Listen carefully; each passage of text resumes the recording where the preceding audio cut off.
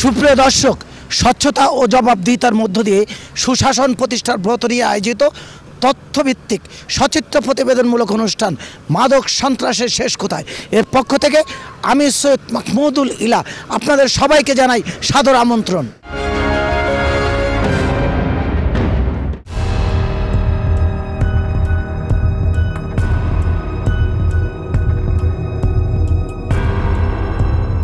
বৈরী আবহাওয়া, তবু অপেক্ষার সময় নেই। সুনামগঞ্জের সীমান্ত ঘেঁষে ছুটে চলছে আমাদের টিম মাদক সন্ত্রাসের শেষ কোথায়।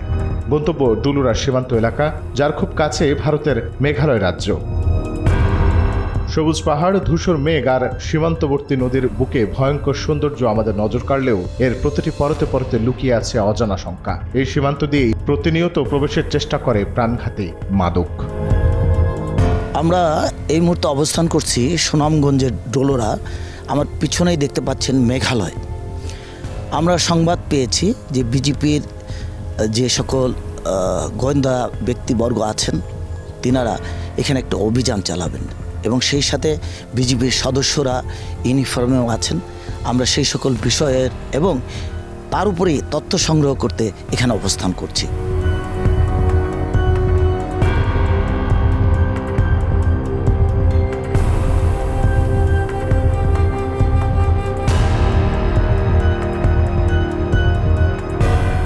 প্রিয় দর্শক, আপনারা ইতিমধ্যে দেখতে পাচ্ছেন যে যারা স্মাগলিং করে তাদের ব্যক্তিবর্গ দেখতে পাচ্ছেন যে বিজেপির সদস্য নেই বলে তারা চিল্লাচ্ছে এবং তারা ইতিমধ্যেই এই এলাকা দিয়ে ঢোকার চেষ্টা করতেছে এবং আমরা দেখতে পাচ্ছি একজনের কাঁধের উপর মালামাল নিয়ে আসছে।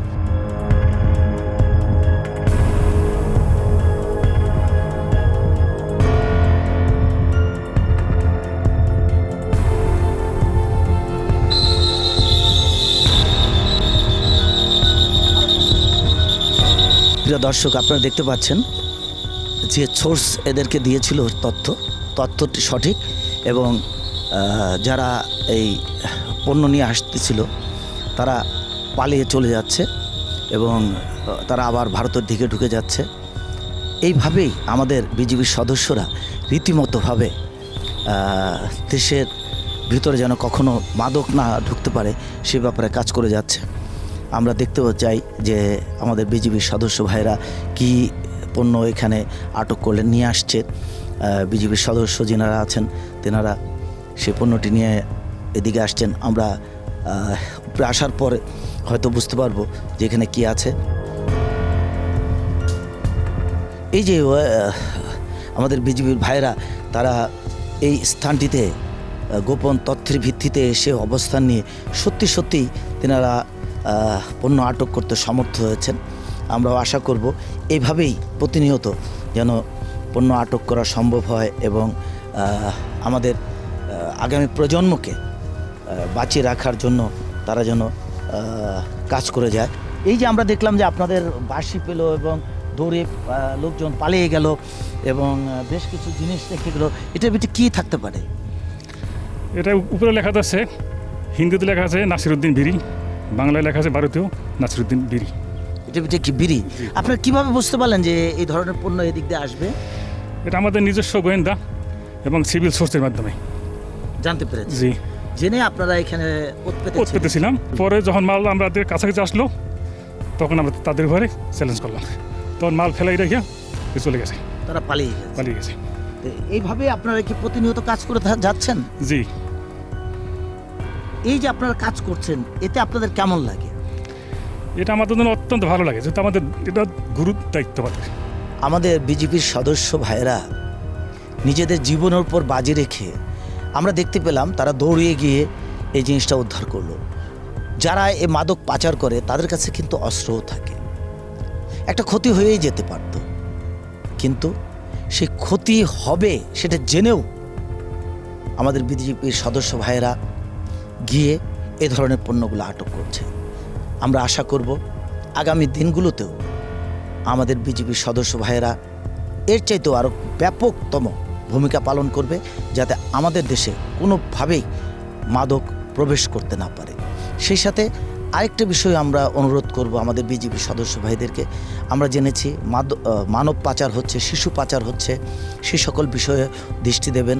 বা যে কোনো ধরনের মাদক বা যে কোনো ধরনের ভারতীয় পণ্য আমাদের দেশে প্রবেশ করুক, এটা যেন কখনোই না হয়, সেই প্রত্যাশা রাখে এদেশের প্রতিটি মানুষ।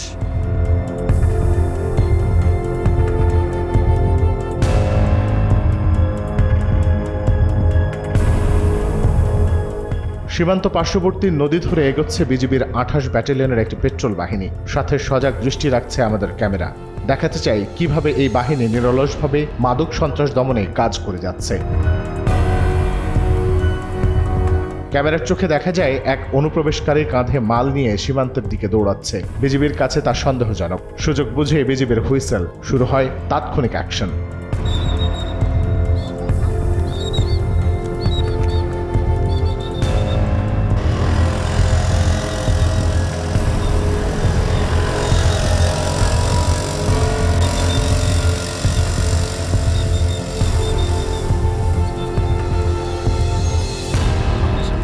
বিজিবির উপস্থিতি টের পেয়ে পালিয়ে যায় লোকটি। তাড়াহুড়োয় রেখে যায় মালামালের বোঝা। বিজিবির সদস্যরা উদ্ধার করেন সেই মালামাল।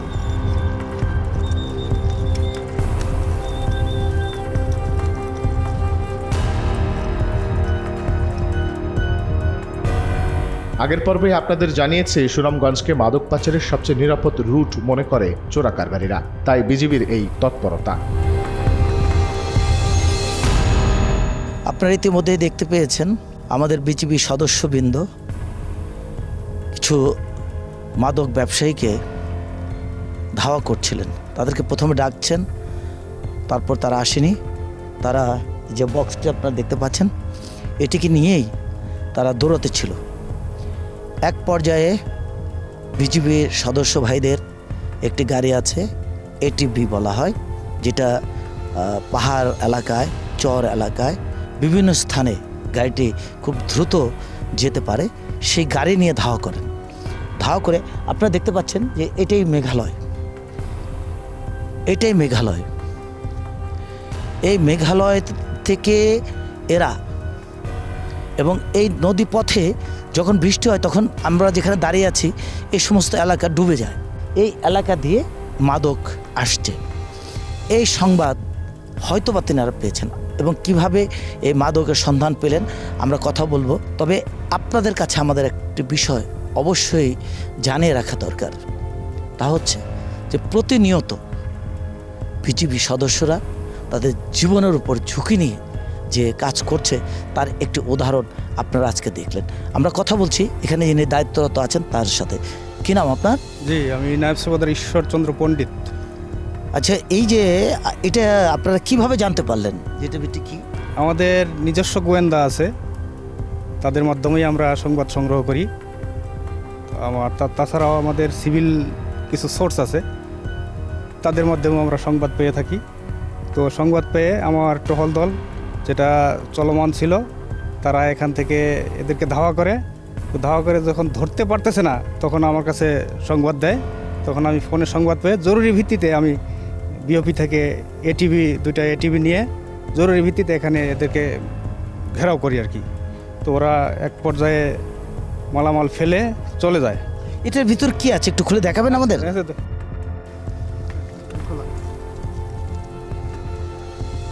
প্রিয় দর্শক, এটার ভিতরে কি আছে আমরা সেই জিনিসটা দেখি। যেহেতু আমরা সচিত্র প্রতিবেদন সংগ্রহ করতে এসেছি, অতএব বিষয়গুলো আমাদের দেখা উচিত বলে আমরা মনে করি। এটা কি? এটা মদ, এই যে ভারতীয় মদ, অফিসার চয়েস, ভারতীয় অফিসার চয়েস মদ। এখানে অনেকগুলো বোতল আছে।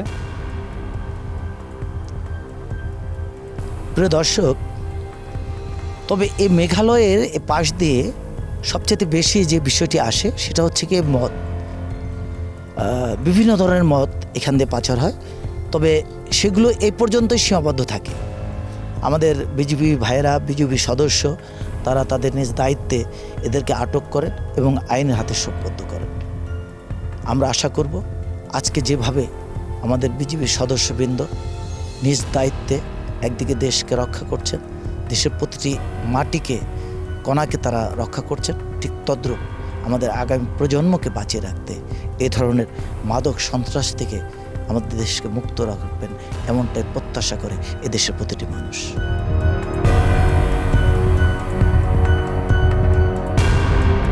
সীমান্তবর্তী নদীর ধারে আরেকটি অভিযানে নেমেছে বিজিবির পেট্রোল টিম। গোয়েন্দা তথ্যের ভিত্তিতে জানা গেছে নদীর পাশের এই মেঠো পথ ধরেই মাদক আনছে চোরা কারবারিরা। প্রতিদিনই এমন অভিযান চালাচ্ছেন সীমান্তের অতন্ত্র প্রহরীরা। চোরা কারবারিরা কখনো ধরা পড়ে, কখনো বা পালিয়ে বাঁচে, কিন্তু অভিযান থামে না, কারণ দেশের যুব সমাজকে মাদকের ভয়াল থাবা থেকে বাঁচাতে জেগে থাকতে হবে তাদের। অভিযানের এই পর্যায়ে আমরা কথা বলেছি একজন ধরা পড়া মাদক চোরা কারবারির সাথে। জানতে চেয়েছি এই বিপজ্জনক পথে কিভাবে পা বাড়ালেন তিনি। আমরা ঠিক মেঘালয়ের অতি নিকটে আছি। আমরা পেয়েছি একজন ব্যক্তিকে যিনি মাদক বহন করে থাকেন। আমরা তার সাথে কথা বলছি। আপনারা মাদক কেন বহন করেন? যেমন ধরেন তারা বড় একটা প্রবলশালী মানুষ, তারা শক্তিশালী মানুষ, অস্ত্র সব আছে তারা কাছে, কিন্তু তারা অনেক বই মানে আমরাকে দেখায়, যেখানে বাদে আমরা হয় নাহলে আমরা অস্ত্র দিয়ে মানে আমরা গুলি করে মারবে। এই জন্য আমরা মানে একটু গরিব মানুষটা খুব আতঙ্ক হলে আমরা এই ব্যবসাটা করি, আর তারা দিয়ে আমরা নিয়ে চালান করি। এগুলো কোত্থেকে আনেন আপনারা? ওই ইন্ডিয়ার পাখার থেকে, মানে নিচ থেকে। মেঘালয়ের দিক থেকে? জি জি জি। মেঘালয়ের কোন দিক থেকে আপনাদেরকে দেয়? ওরা এপারে পার করে দেয় না ওই পার থেকে আনেন? ওই পারতে আনতে হয়। ওই পার থেকে আনতে হয়? পুরো রিস্ক লয়ে আনতে হয়। কি তাতে আপনাদের কীরকম টাকা পয়সা দেয়? 10-12 হাজার 5 হাজার, মানে বেশি মাল চালানো হলে তে বেশি টাকা দেয়, কম মানে কম মাল চালানো হলে কত কম টাকা দেয়, মানে 3,000 টাকা এলাকান, মানে দৈনিক আমরা 500 টাকা দেয়। প্রিয় দর্শক, এদের আয় রোজগারের তেমন একটা ব্যবস্থা নেই। কর্ম করে খেতে হলে হয়তো অটো চালাতে হচ্ছে বা খেতে কাজ করতে হচ্ছে, কিন্তু এলাকার প্রভাবশালী ব্যক্তিরা যারা প্রচুর অর্থের মালিক, তারা ভয় ভীতি দেখিয়ে মেরে ফেলার হুমকি দিয়ে এদেরকে দিয়ে এই মাদক বহন করছে। আমরা সংশ্লিষ্ট প্রশাসনের কাছে সবিনয়ে অনুরোধ করব, আপনারা সচেতন হন এবং এই ধরনের অসহায় ব্যক্তিদেরকে যেন এই সমাজের কুলুষিত ব্যক্তিরা কোনোভাবে ব্যবহার না করতে পারে সে ব্যাপারে আপনারা দৃষ্টি দেবেন, এমনটাই প্রত্যাশা করে এদেশের প্রতিটি মানুষ।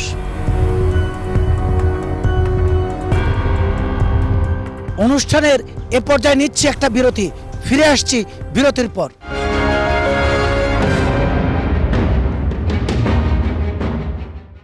বিরতির পর আবার স্বাগত। আপনারা দেখছেন মাদক সন্ত্রাসের শেষ কোথায়। শুধু বিজিবি নয়, মাদক বিরোধী যুদ্ধে রয়েছে র্যাপিড অ্যাকশন ব্যাটালিয়ন র্যাবও। তাদের কাছে তথ্য এসেছে নদীপথে নৌকা ব্যবহার করে পাচারের চেষ্টা চলছে মাদক। এ পর্যায়ে র্যাব 9-এর সদস্যরা স্পিড বোটে চড়ে নেমেছেন অভিযানে। সাথে আমাদের টিম। বাতাস আর উত্তাল ঢেউ, অভিযান তবু থেমে নেই। র্যাব কর্মকর্তারা একটি সন্দেহভাজন নৌকা থামানোর চেষ্টা করেন। তল্লাশি চলে নৌকার প্রতিটি কোণে। প্রিয় দর্শক, আমরা এই মুহূর্তে আছি নদীর মাঝামাঝি স্থানে। আপনারা দেখতে পাচ্ছেন র্যাপিড অ্যাকশন ব্যাটালিয়ন র্যাবের কিছু সদস্য, তারা একটা তথ্য পেয়েছে যে একটি নৌকার মাধ্যমে মাদক পাচার হচ্ছে। সেই জন্য তারা সেই নৌকাটিকে আটক করার জন্য এগিয়ে যাচ্ছে। আমরা দেখি সেখানে কি পাওয়া যায়। এই বোট থামো, এই বোট থামো, এই মাঝি থামো, এই মাঝি থামো, এই মাঝি থামো, এই থামো, এই থামো, এই মাঝি থামো,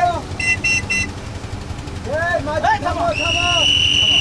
আমরা র্যাবের বোট থেকে বলছি, এই মাঝি থামো, আমরা র্যাবের বোট থেকে বলছি, এই মাঝি থামো, আমরা র্যাবের বোট থেকে বলছি, আমরা তোমাদেরকে সার্চ করবো, দাঁড়াও।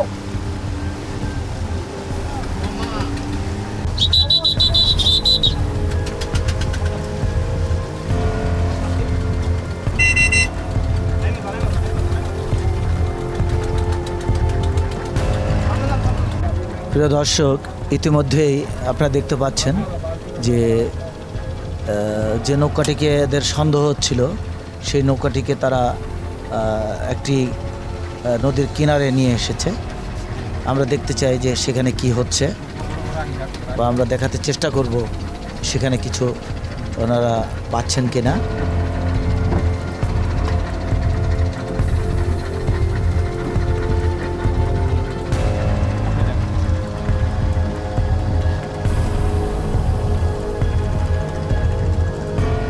প্রিয় দর্শক, এই নৌকাটিকেই র্যাপিড অ্যাকশন ব্যাটালিয়ন র্যাবের সদস্যবৃন্দ ধাওয়া করে নিয়ে এসছেন। আমরা দেখব তাদের গোয়েন্দা তথ্যের ভিত্তিতে এখানে কি পাচ্ছে বা আদৌ আছে কি না সে বিষয়টি আমরা দেখি।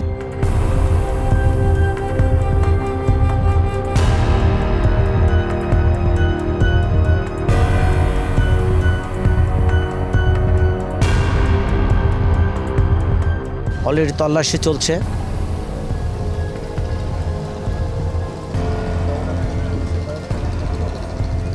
তল্লাশি চলছে।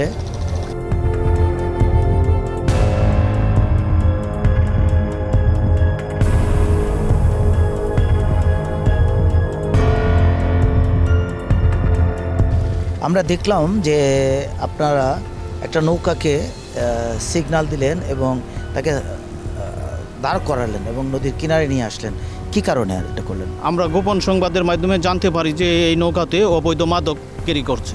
সেই ইনফরমেশনের ভিত্তিতে আমরা এই নৌকাকে দূর থেকে ফলো করি এবং এক পর্যায়ে এসে তাকে আমরা সিগন্যাল দিই থামানোর জন্য এবং তারা নদীর কিনারে থামায়, তখন আমরা তাকে সার্চ করি।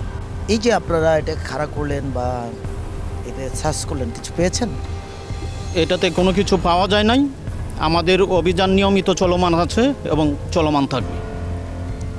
প্রিয় দর্শক, আমরা আশা করব র্যাপিড অ্যাকশন ব্যাটালিয়ন র্যাব তাদের নিজ নিজ দায়িত্ব যথাযথভাবে পালন করবে। কোনোভাবেই যেন মাদক আমাদের দেশে প্রবেশ করতে না পারে।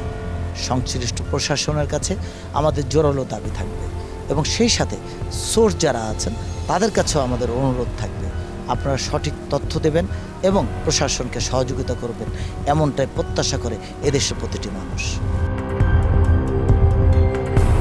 শুধু নদীপথে নয়, তারা নিয়মিতভাবে সড়ক পথেও চেকপোস্ট বসিয়ে তল্লাশি চালান, যাতে মাদক পাচারকারীরা কোনো দিক দিয়ে পালাতে না পারে। প্রিয় দর্শক, আপনারা দেখতে পাচ্ছেন র্যাপিড অ্যাকশন ব্যাটালিয়ন র্যাব তাদের নিয়মিত টহলের একটি অংশ এবং চেক করছে যে কোনো গাড়িতে মাদক বা কোনো ধরনের মরণাস্ত্র বা অন্য কোনো জিনিস সেখানে আছে কি না সেগুলো চেক করছে। আমরা দেখতে পাচ্ছি যে গাড়িগুলো দাঁড় করে এই সকল সিএনজিতে করেই মাদক পাচার হয়ে থাকে সাধারণত। একটু কথা বলি, আপনি কি করছেন এটা? এখানে আমরা রাস্তায় চেকপোস্ট হয়েছি যে অবৈধ কোনো কিছু কেউ নিয়ে যাচ্ছে কিনা, সেই জন্য আমরা মাঝে মধ্যে বিভিন্ন সময় বিভিন্ন জায়গায় চেকপোস্ট করে থাকি, যাতে অবৈধ জিনিস বহন না করতে পারে।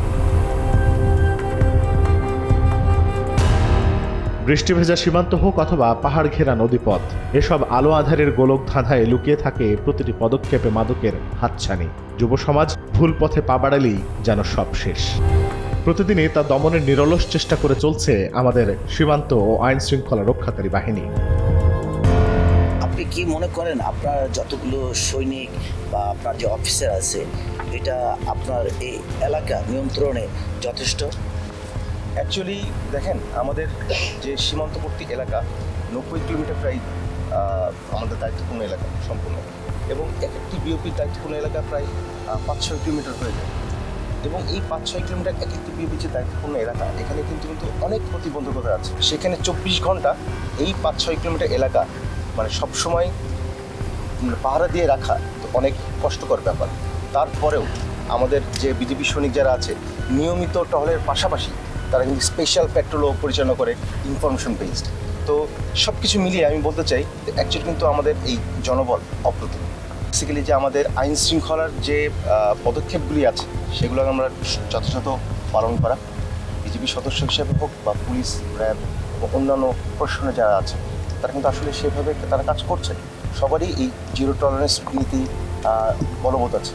বাট সবচেয়ে বেশি ইম্পর্ট্যান্ট যে বিষয় সেটি হচ্ছে যে অ্যাকচুয়ালি আমাদের মানে পরিবার থেকে এই শিক্ষা গ্রহণ করা। প্রিয় দর্শক, আমরা সংশ্লিষ্ট প্রশাসনের কাছে দাবি জানাবো যে সকল প্রয়োজন একটি সীমান্ত রক্ষায় সেই সকল যন্ত্রপাতি এবং সেই সাথে আমাদের সৈনিকদের আরও বৃদ্ধি করতে হবে। আর সবচেয়ে বড় কথা, এই মাদক সন্ত্রাস নির্মূল করতে হলে জনসচেতনতা সৃষ্টি করতে হবে এবং সবাইকে বোঝাতে হবে আমাদেরকে এই মাদক থেকে বেরিয়ে আসতে হবে। এটি একটি অভিশাপ, আমাদের জাতিকে ধ্বংস করে দিচ্ছে। আগামী প্রজন্ম যারা আমাদের নেতৃত্ব দেবে তারা কিন্তু এই মাদকে ধ্বংস হয়ে যাচ্ছে। তাই আসুন আমরা সবাই মিলে মাদকের বিরুদ্ধে জিহাদ ঘোষণা করি এবং মাদককে বলি না। অপরাধীরা চতুর, প্রতিনিয়ত মাদক ধরা পড়ার পরেও পাল্টায় কৌশল, পাল্টায় মাদক পাচারের রুট। সমাজের সামনে তাদের মুখোশ খুলে দিতে সদা জাগ্রত মাদক সন্ত্রাসের শেষ কোথায় টিম। আজকের মতো এ পর্যন্তই। আপনার কাছে মাদক সংশ্লিষ্ট যে কোনো তথ্য থাকলে আমাদের ইমেইল করুন। আপনার পরিচয় গোপন রাখা হবে। প্রিয় দর্শক, আজকে যে বিষয়গুলো আপনাদের সামনে উপস্থাপন করা হলো, বিভিন্ন প্রত্যন্ত অঞ্চলে ঘুরে আমরা দেখেছি মাদক সন্ত্রাস কিভাবে চলছে। একদিকে প্রশাসন ব্যস্ত, আরেকদিকে মাদক ব্যবসায়ীরা ব্যস্ত। মাদক ব্যবসায়ীরা ব্যস্ত কিভাবে তারা মাদক আনবে এবং বাজারে তারা ছেড়ে দেবে, আর প্রশাসন ব্যস্ত কিভাবে সেই সকল মাদক ব্যবসায়ীদের আটক করা যাবে এবং মাদক নিয়ন্ত্রণ করা যাবে। আমরা আশা করব এলাকায় যারা সাধারণ জনগণ আছেন, আপনারা যদি সচেতন হন তাহলে কোনো অবস্থায় আমাদের দেশে মাদক প্রবেশ করতে পারবে না। 1 ইঞ্চি জায়গা যখন আমরা ছেড়ে দিচ্ছি না বিভিন্ন দেশকে, ঠিক তেমনি আমাদের ভিতরে একটি কাজ অবশ্যই করতে হবে। আমরা যেন কোনো মাদক ব্যবসায়ীকে বা কোনো মাদককে আমাদের দেশে প্রবেশ করতে না দিই। জনসচেতনতা বৃদ্ধি করতে হবে, অ্যাওয়ারনেস সৃষ্টি করতে হবে। আর অ্যাওয়ারনেস তৈরি করতে পারলেই হয়তোবা আমাদের দেশ থেকে মাদক সন্ত্রাস নির্মূল হবে। আমাদের এই অনুষ্ঠান কেমন লাগলো জানিয়ে আমাদের কাছে লিখতে পারেন। আমাদের আগামী অনুষ্ঠান দেখার আমন্ত্রণ জানিয়ে শেষ করছি। খুদা হাফেজ।